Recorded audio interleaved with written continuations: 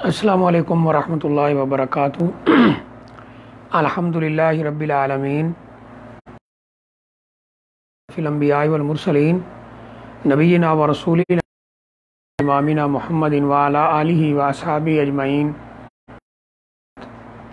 قال النبی صلی اللہ علیہ وسلم الکیس من دان نفسہ وعمل لما بعد الموت۔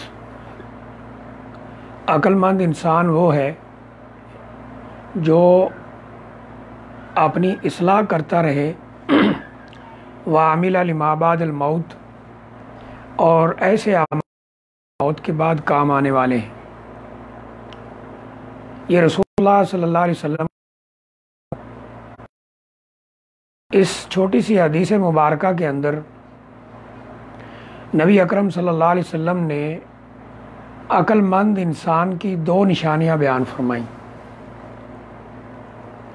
فرمایا کہ الکیس من دان نفسہ وعمل لما بعد الموت۔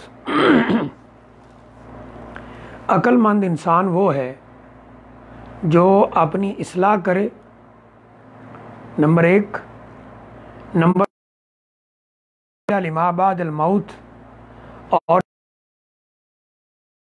اعمال انسان کو کام دیں گے وہ کام کرنے کی کوشش کرے۔ پہلی نشانی یہ ہے کہ انسان عقل مند وہ ہے، انٹیلیجنٹ وہ ہے، ذہین وہ ہے جو اپنی اصلاح کرتا رہے۔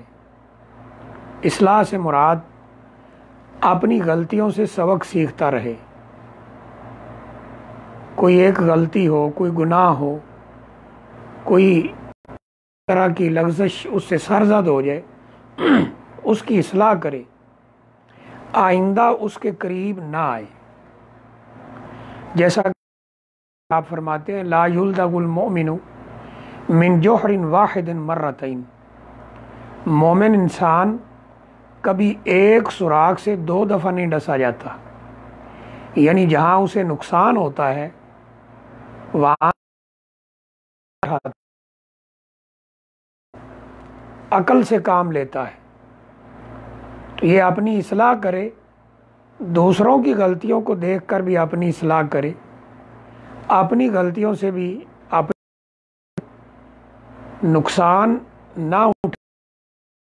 اور دوسری چیز آپ نے فرمائی وعمل لما بعد الموت، ایسے اعمال کرے جو اسے موت کے بعد کام آنے والے ہیں۔ آپ دیکھتے ہیں کہ دکانوں کے اندر، کاروبار کے پورے سال کا آڈٹ کرتے ہیں کتنا کچھ ہمارے پاس، کتنا کچھ خرچ ہو گیا ہے، کون سی ایسی غلطی ہوئی ہے جس سے کاروبار کو نقصان ہوا ہے، کون سا ایسا اچھا سٹیپ لیا گیا ہے جس سے کاروبار کو فائدہ ہوا ہے، تاکہ اگلے سال وہ غلطیاں دوبارہ نہ دہرائی جائیں اور جن چیزوں سے فائدہ ہوا ہے ان کو اپنایا جائے۔ بالکل ایسے ہی عقل مند انسان وہ ہے، ذہین اور انٹیلیجنٹ انسان وہ ہے جو اپنی اصلاح کرے۔ الکیس من دان نفسہ، جو اپنے آپ کی اصلاح کرتا رہے، اپنے آپ کو سنوارتا رہے، اپنے آپ کی تہذیب بناتا رہے، اور وعمل لما بعد الموت، ایسے کام کرے جو اسے موت کے بعد کام آنے والے ہیں۔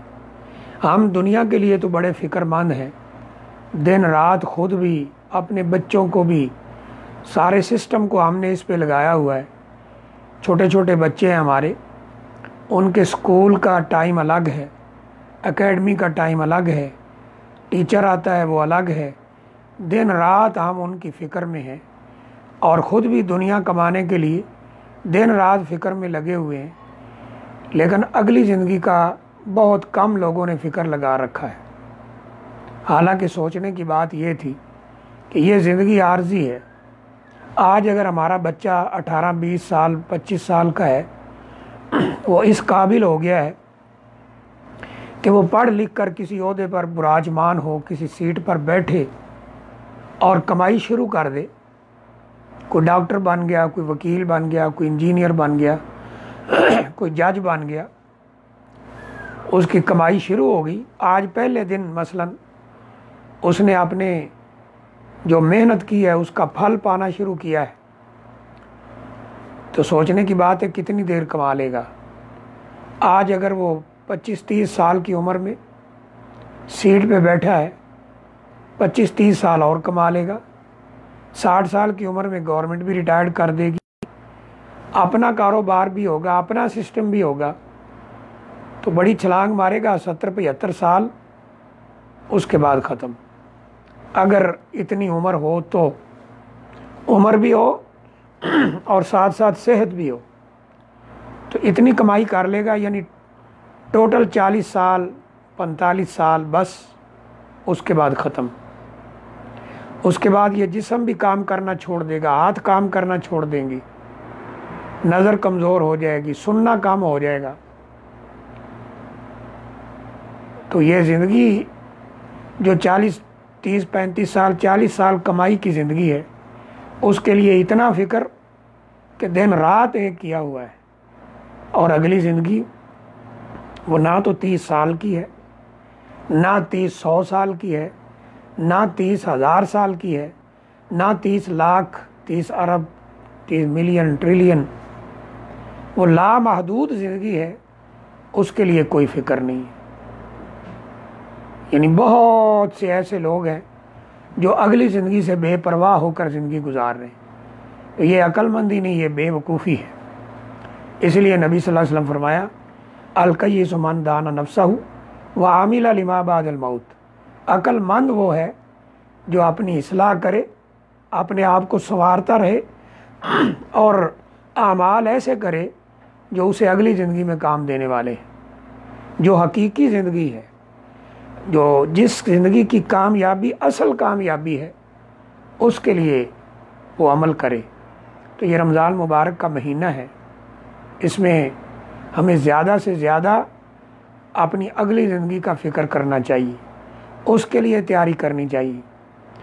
دنیا ہماری مجبوری ہے، لیکن دنیا کو دوسرے نمبر پہ رکھا جائے، اس کو ثانوی حیثیت دی جائے، اور جو دائمی اور ابدی اور اصلی زندگی ہے اس کے لیے زیادہ سے زیادہ فکر کی جائے۔ یہ ہمارے لیے عملی پریکٹس کا ایک بہترین موقع ہے۔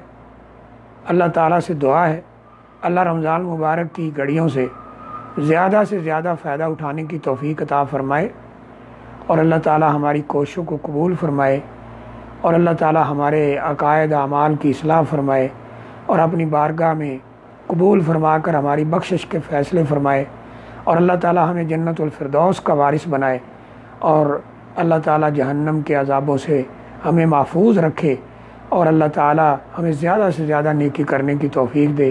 وآخر دعوانا الحمدللہ رب العالمین۔